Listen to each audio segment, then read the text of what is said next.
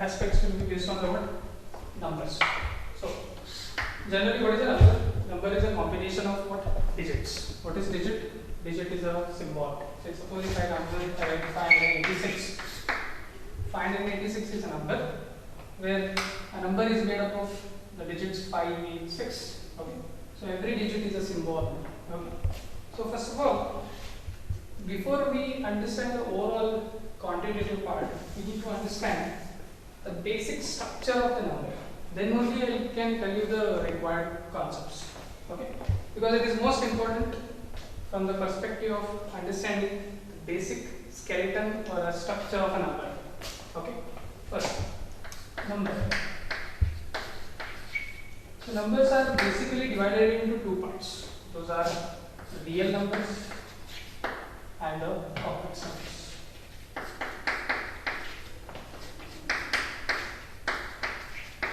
Complex numbers are also called as imaginary numbers.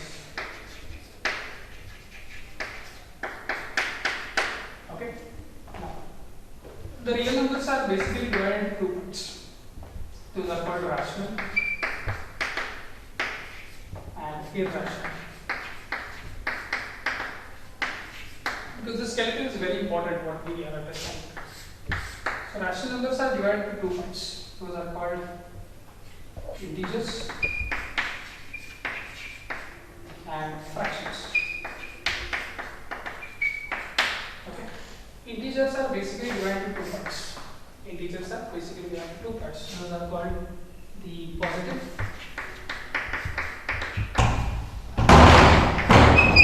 negative. So rational numbers are divided into two parts, integers and fractions. Integers are basically divided into two parts called positive and negative. So positives are two parts. Those are called as natural and whole numbers. Okay. Let's understand the structure prior to that. We'll understand the types of fractions. The fractions types are proper, improper, and the mixed. And the what? Mixed. Okay. Let's understand the total skeleton or a structure of a number, because the various questions what you get, where the question will be of rational, integer, complex, proper, improper, such words will be there. So you should have awareness of this structure first. Okay. So let's understand the whole structure from bottom to top. Okay. First, let's take a natural number. Natural number. We know that natural number is always a positive. Okay. So natural number starts from 1, 2, so on till n. Okay. So whole number is also a part of positive. Whole number starts from 0, 1, 2, 3, so on till n. N is about finite number. Okay. But we know that all the natural numbers are part of what? Whole number. Okay. Every natural number is part of whole number, but every whole number is not a part of natural number, because 0 is not part of the natural number. Right? Now coming toward positive, negative, very well. You know that say number 5 is positive, minus 5 is negative. So if I mention plus 5, it is also still a positive. So the difference is signed number, unsigned number. Unsigned number is always positive, and signed negative number is negative. Coming to integers, integers are what? Whole numbers without a fraction part. Okay. Now coming to what? Fractions. Very important. Fractions are divided into types called proper, improper, mixed. But actually there are two types of fractions. Those are called actually vulgar fractions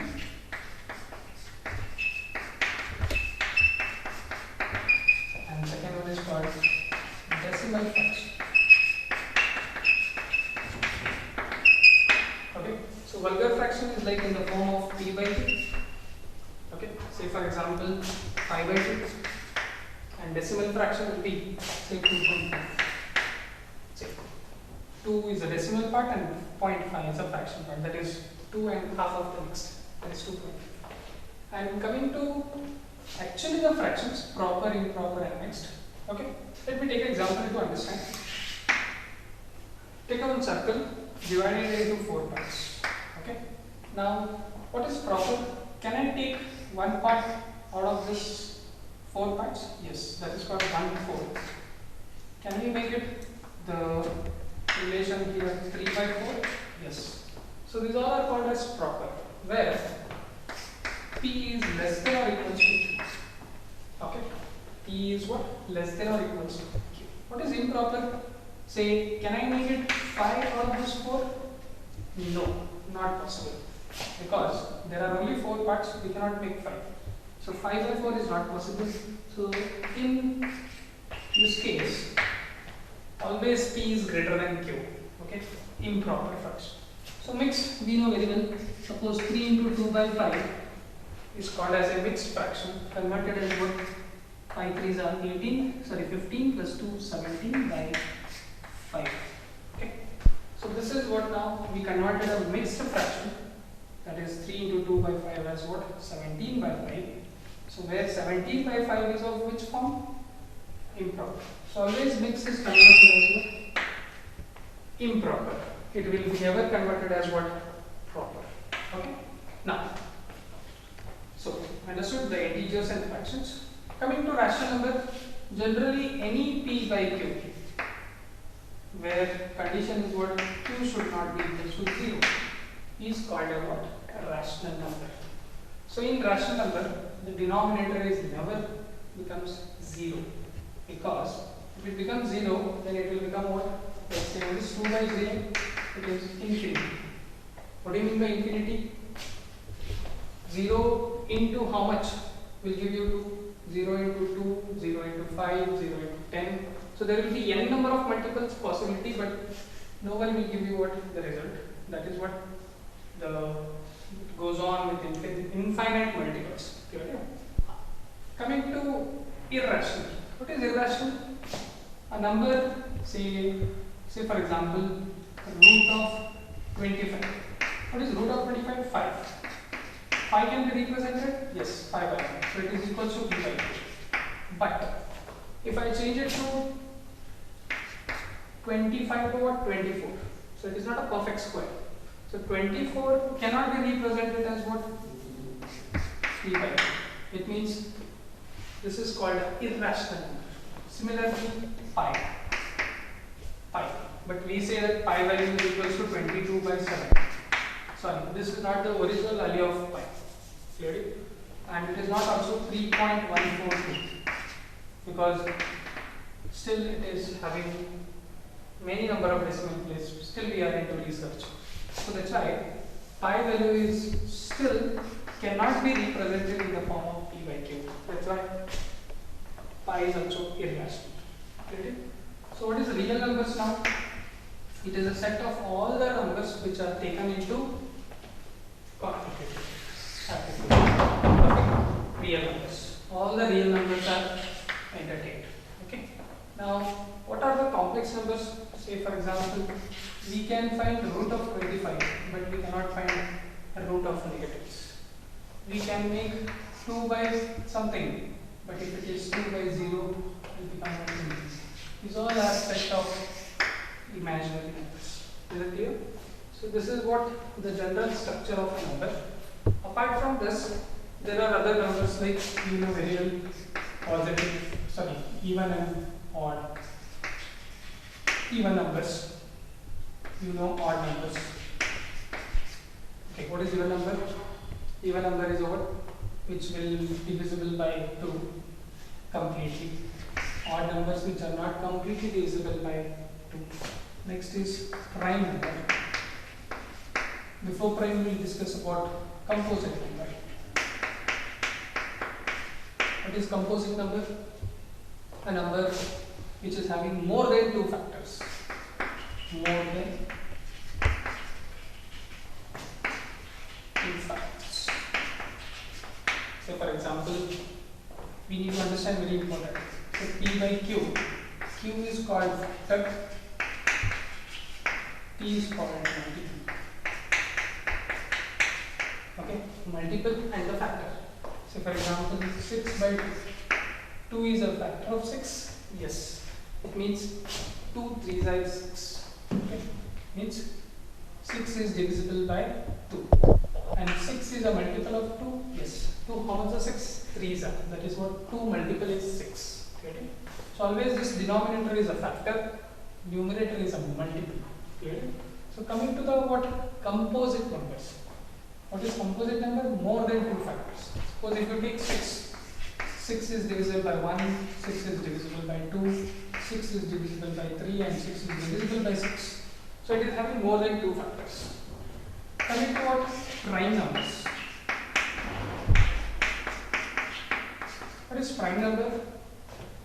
Only 2 factors.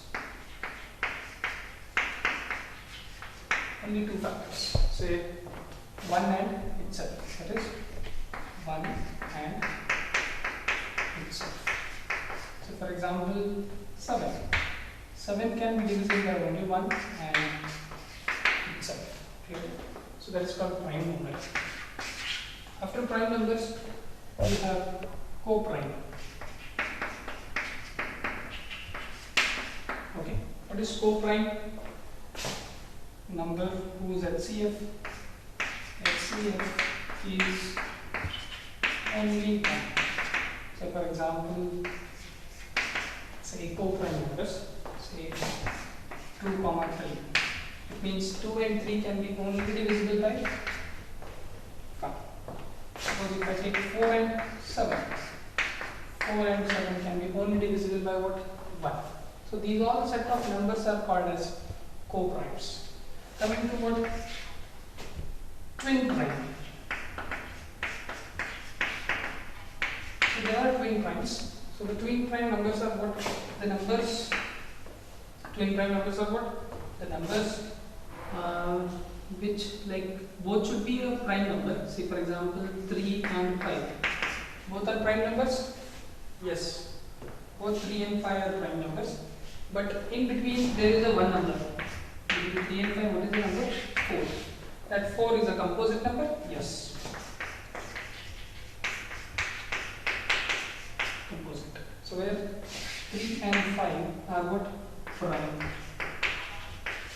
Right. So this is what about twin prime. Both should be prime and in the center one number, only one number should be exist, that is called composite number.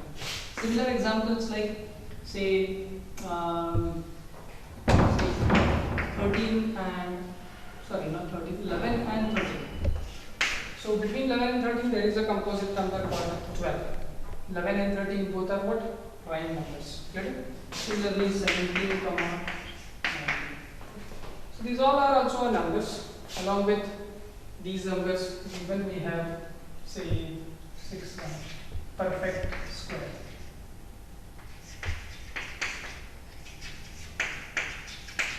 Perfect square. What is perfect square? Like 4 is a perfect square, 2 into 2, which are having 2 same factors. Okay? And perfect cube. What is perfect cube? Say 8 is a perfect cube. 2 into 2 into 2 into 2. So, which are having 3 same factors is called perfect cube. Okay? So, like that, there are varieties of numbers. So basically in quant you need to understand the varieties of numbers, and then further what we can do is we can understand the whole of the concept of quantitative aptitude. So let me first make the list of those required topics of quantitative aptitude which you undergo with the study, and plus meanwhile I'll write the required topic wise the formulas which are required. Then only you will be able to make the quantitative aptitude understanding with the definition of the problem. So most important is the set of formulas are very important with respect to the topic. The topic varies accordingly. It may be related to time and work, it may be related to boats and streams or problems on train, simple interest compounds, many are there. I'll make a list of those all which are very important. Okay. Let's make the list of the topics which are required in quantitative aptitude. Okay, we'll make a list and we'll meanwhile understand what are the requirements in each. First of all, the first most topic is number system.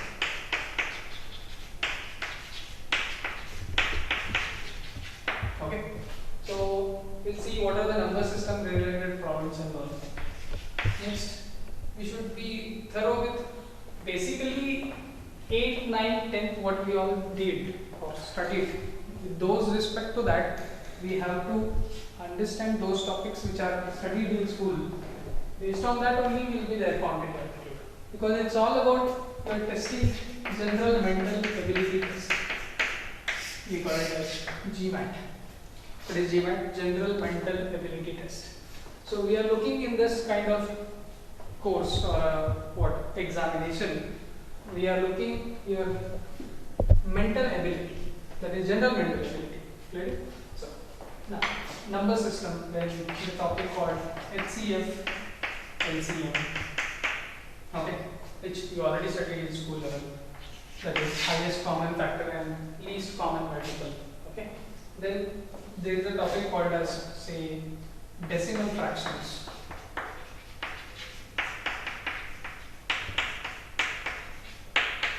Decimal fractions. Okay. All the problems which are related to decimal fractions. Okay. Next, we have a topic called as, say, square root, and cube root. There is a topic called surds and indices. So there is a topic called, okay, next is problems on or average weighting, average problems. Okay, then we have problems related to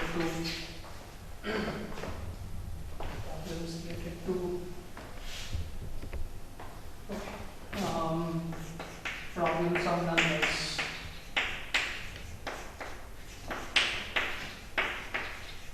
Problems on numbers are basically a puzzle-oriented problems. Okay.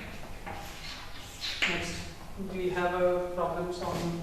Next is simple. What do you call it as ratio and proportion.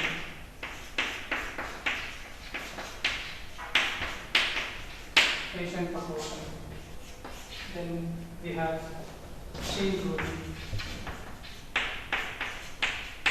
Chain rule. The chain rule is also called as unitary method.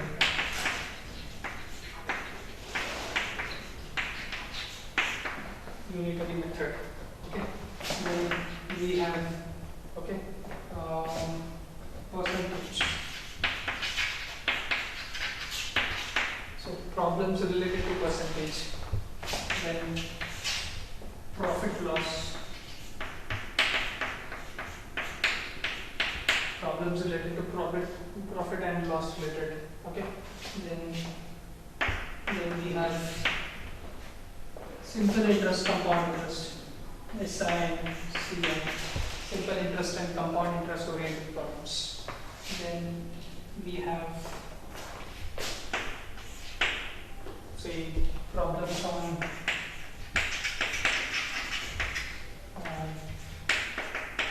time and work. We have problems on time, distance, and speed. Okay, then we have problems on what? Trains. Train related problems. Okay, then we have problems on boats and streams. Problems on boats and streams. Okay, then we have problems on boats and streams. Okay, problems on, say, area related problems.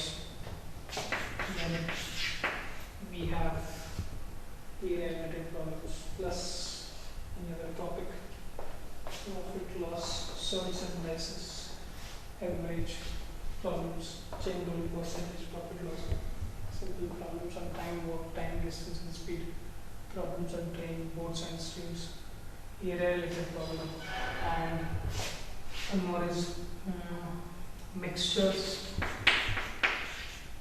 of combinations, etc. Basically, these are the set of varieties of problems you all will study in the what? Quantitative aptitude. Okay. So number system, HCF, LCM, decimal fraction, square root, cube root, surds, indices, average problems. These all are the set of problems which are required to understand the whole concept of quantitative aptitude. So one by one, we'll try to understand and we'll introduce one of the topics and we'll just understand what are the required set of formulas in each. Okay, because every topic is not interlinked, but there are some topics which are interlinked. Like if you well understand time and work, you can solve the problems related to time, distance and speed. If you are able to solve the problems related to time, distance, speed generally, you can solve the problems on train. Similarly on boards and streams. Okay, and if you are thorough with ratio and proportion, you can solve chain rule. Even if you are very good with chain rule, you can solve problems on time and work. Okay. Similarly, chain rule, ratio and proportion will help you to understand mixtures or allocations. Okay. Similarly, you should be very basically good with percentage, profit and loss. Okay. Then only you can basically solve the problems related to simple interest and compound interest. Okay. And generally, you should be good in square root and cube root. You can easily understand surds and indices. So, like topics are interlinked. Okay. So you need to understand the area wise, and you have to solve the problems. Okay. Now let's talk about one by one, which are required.